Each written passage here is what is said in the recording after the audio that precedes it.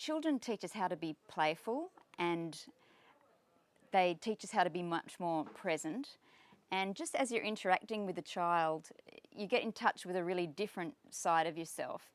And it's a very different side to what you're used to with your to-do list and your rushing and your achieving and your constant questioning, am I good enough, am I popular enough, and all that sort of ego-boosting stuff. Children just really, they're great circuit breakers to all that, and they bring you into the present moment. They remind you of your playful side. You can find yourself being really ridiculous and not taking yourself quite so seriously as you would take yourself in your normal daily life.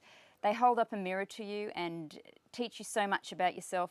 They teach you how horrible you can be, and they teach you how wonderful you can be. And yeah, both sides of the spectrum that you might not have seen before. The sleep deprivation alone can teach you how horrible you can be, how cranky and how low you can sink.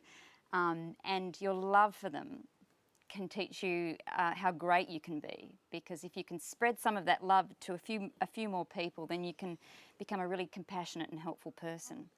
To be honest, I think a lot of people come to Buddhism from a place of suffering.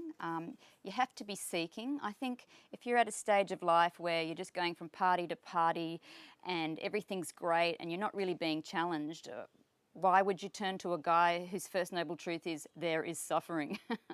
But you know, after you've suffered some loss or some depression or some stress in life, and you're starting to realise, gee, it's just not all going to be a walk in the park, and you start doing some serious seeking, what is the meaning of it all? A few sort of existential moments.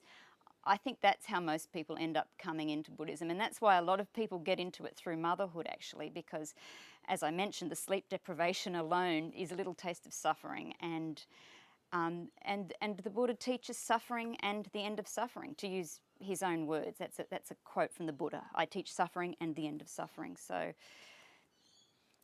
that's the normal way into it.